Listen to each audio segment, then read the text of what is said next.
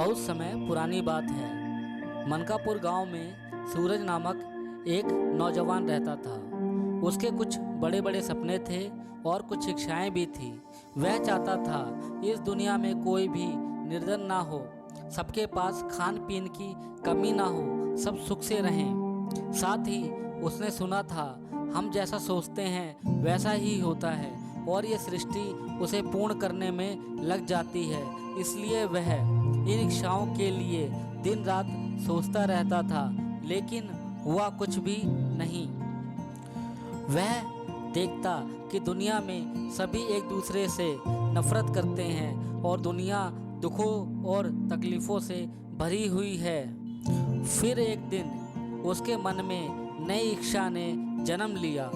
उसने सोचा क्यों ना मैं हीरो का व्यापारी बन जाता हूँ और कहीं से मुझे बहुत से हीरे मिल जाएंगे और उनकी सहायता से मैं एक बड़ा व्यापार शुरू करूँगा।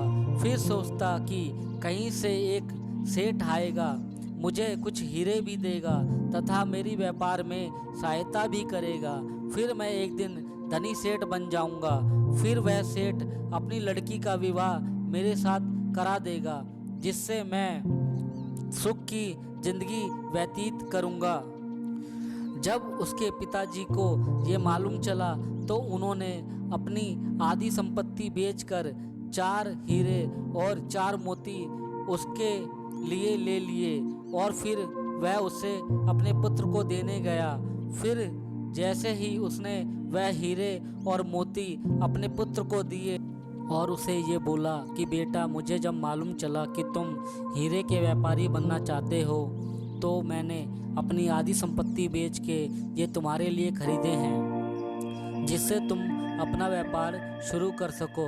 फिर सूरज बोल पड़ा, पिताजी ये तो बहुत कम है, इनसे क्या होगा, कम से कम 1000 तो होने ही चाहिए थे और साथ ही साथ एक बड़ी दुकान भी तो चाहिए।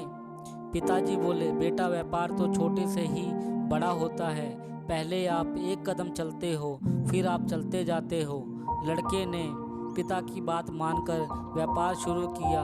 फिर वह सोचने लगा कि मैं 1 माह में ही ऐसा व्यापार करूंगा कि बड़े बड़े व्यापारियों में मेरा नाम होगा और फिर कोई बड़ा व्यापारी अपनी लड़की का विवाह मेरे संग कर देगा। मगर 1 माह बीतने को था मगर उसका कुछ भी नहीं बिका। फिर वह निराश होने लगा और सोचने लगा वह बड़ा व्यापारी नहीं बन सकता। पुत्र को निराश होता देख पिता बोला, पुत्र निराश नहीं होते, हमेशा बाजार को समझा जाता है। जब तुम बाजार की परिस्थिति को समझ जाओगे तब तुम बाजार में कुछ बेच सकते हो। तुम ये पता करो कि किस किस्म के हीरे मोती की मांग है, तुम इन्हें बेच के दूसरे हीरे मोती खरीद लो और उन्हें बेचो। पुत्र ने कहा, पिताजी मैंने पता किया था परंतु इन हीरे मोती से कुछ नहीं होगा, हमें अधिक संपत्ति की आवश्यकता पड़ेगी और हीरे खरीदने के लिए। पिता ने ये सुन अपनी सारी संपत्ति बेच दी और धन लाकर पुत्र को दिया और बोला, बेटा हमारे पास जो भी था मैंने सब बेच दिया है, अब सिर्फ अपने पास रहने लायक ही जगह बची है। हमारा भविष्य अब तुम पर निर्भर करता है, अपने काम को मन लगा के करना।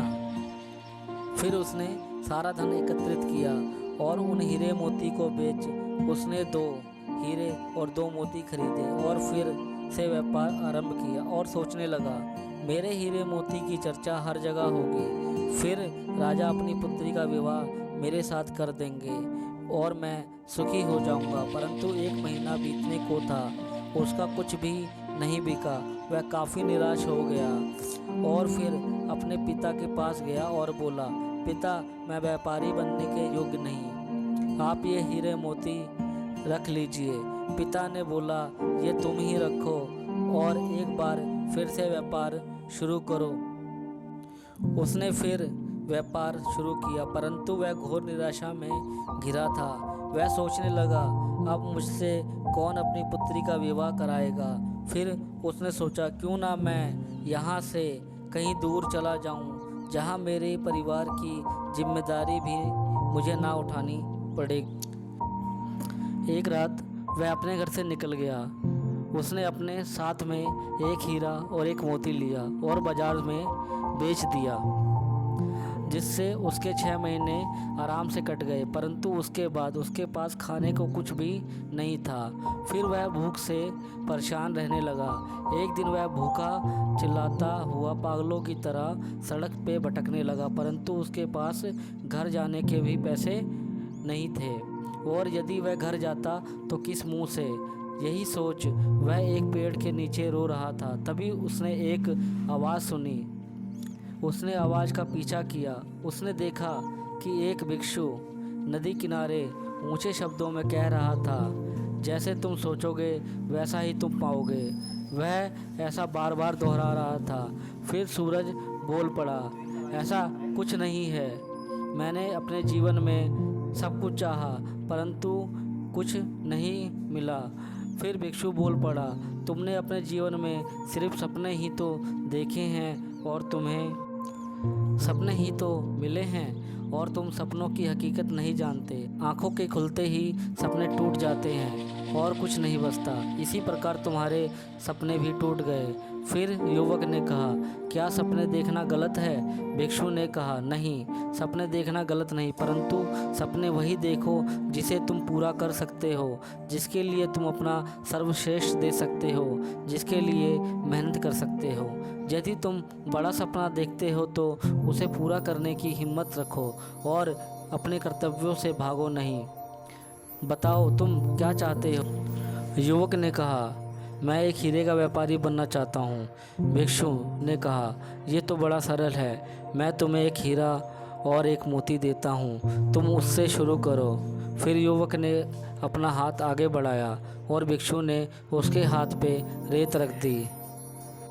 युवक बोला, ये तो रेत है।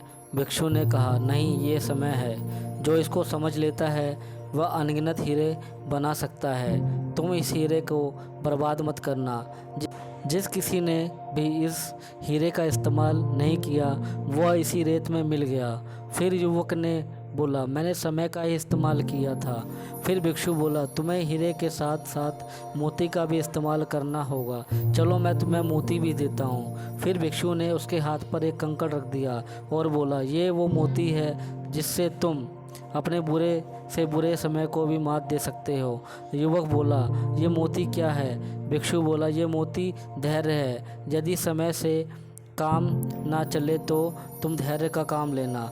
यदि मानव समय और धैर्य का भरपूर उपयोग करे तो वह एक सफल व्यापारी भी बन सकता है। एक बार उपयोग करके देख लो, फिर तुम्हें भरोसा हो जाएगा। युवक को बहुत भूख लग रही थी। फिर भिक्षु ने उसे अपनी झोली में से फल खाने को दिया और धन दिया और बोला, ये मेरे किसी काम का नहीं। फिर युवक वहाँ से अपने घर आ गया और माता पिता से माफ़ी मांगी। पिता ने उसे वही हीरा मोती दिए जिसे वो वहाँ छोड़ आया था। फिर उसने अपना व्यापार शुरू किया और कुछ सालों बाद वह एक धनी व्यक्ति बन गया।